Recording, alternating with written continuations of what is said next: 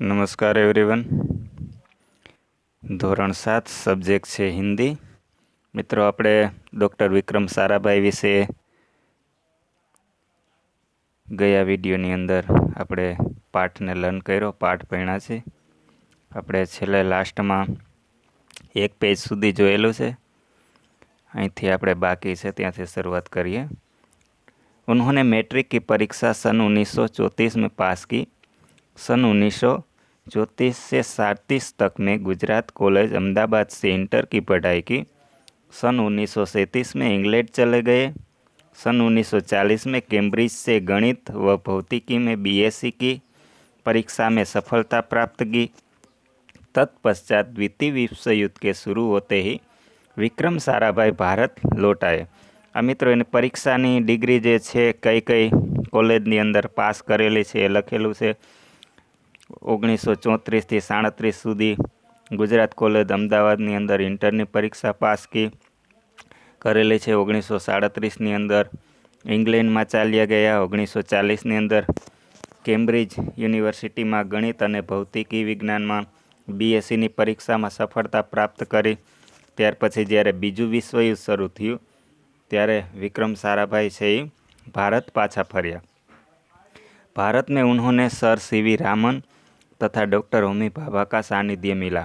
भारतनी अंदर ने सर सीवी रामन और डॉक्टर होमी भाभा छे एनुं सानिध्य मळ्युं, एटले एने मळवानो मौको मळ्यो, एनी संगतता मळी। वहाँ राष्ट्रीय स्वतंत्रता आंदोलन से बड़े प्रभावित हुए। सन 1942 में वह मृणालिनी स्वामीनाथ के साथ विवाह सूत्र में बंधे। आ प्रश्न है तमारे मोस्ट आईएमपी है, याद राखवानो छे। सन 1942 नी अंदर मृणालिनी स्वामीनाथनी साथे विवाह सूत्र में ते बंधाया।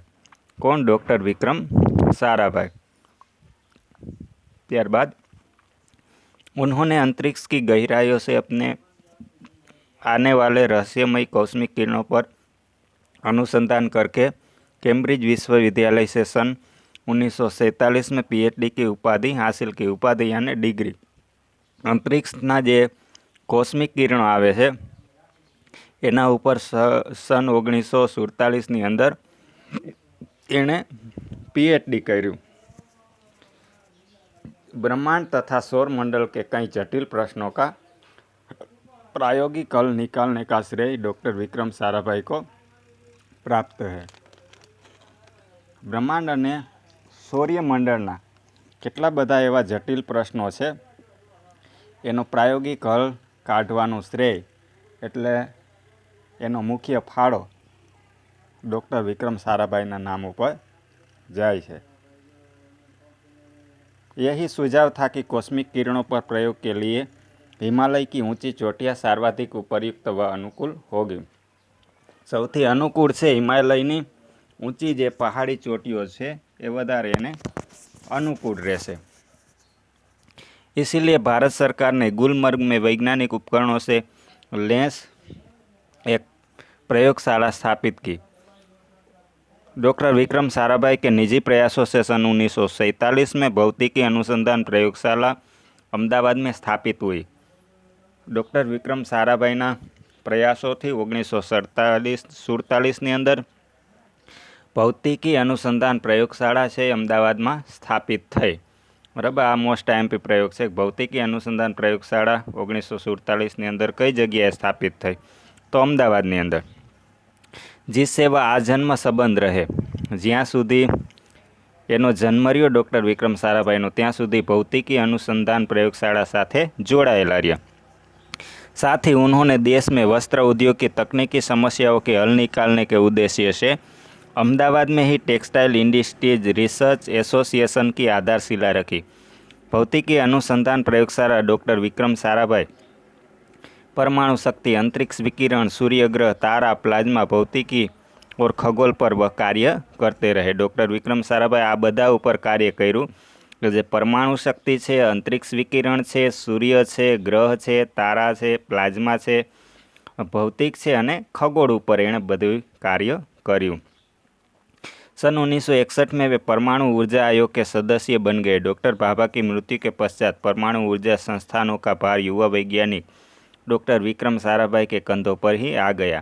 જ્યારે ડૉક્ટર હોમી ભાભાનું મૃત્યુ થયું ત્યારે 1961ની અંદર ત્યારે ઉર્જા જે પરમાણુ ઉર્જાની સંસ્થાનું જે કાર્યભાર થયું એ બધું ડૉક્ટર વિક્રમ સારાભાઈ ઉપર આવી ગયું। ત્યારે એ યુવા વૈજ્ઞાનિક હતા।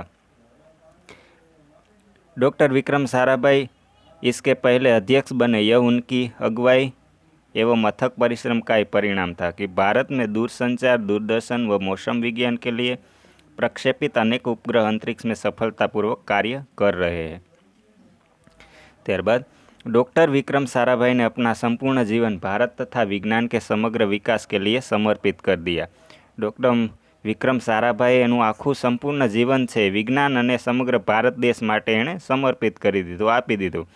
भारत के विकास में उत्कृष्ट योगदान के लिए उन्हें कई राष्ट्रीय और आंतरराष्ट्रीय सम्मान प्राप्त हुए।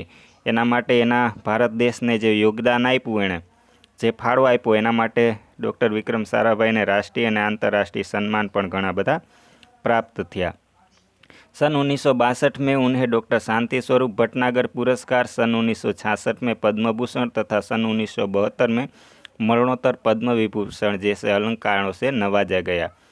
એટલે આ બધા 1962ની અંદર શાંતિ સ્વરૂપ ભટનાગર પુરસ્કાર મળ્યો, 1966માં પદ્મભૂષણ મળ્યો, 1972ની અંદર જ્યારે મરણોત્તર એટલે એનું મૃત્યુ પછી એને પદ્મ વિભૂષણ જેવો એવોર્ડ મળ્યો, એને નવાજાઈ ગયું। निशस्त्रीकरण से संबंधित कई महत्वपूर्ण अंतर्राष्ट्रीय संस्थाओं में भारत के प्रतिनिधि रहे। डॉक्टर विक्रम साराभाई सन 1966 में international council of scientific union के सदस्य रहे।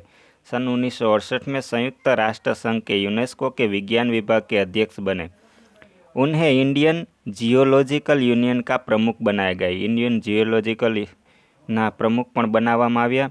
डॉक्टर विक्रम साराभाई सन 1970 में वियना शांति अंतर्राष्ट्रीय अणु मंच के 14वीं परिषद के प्रमुख बने।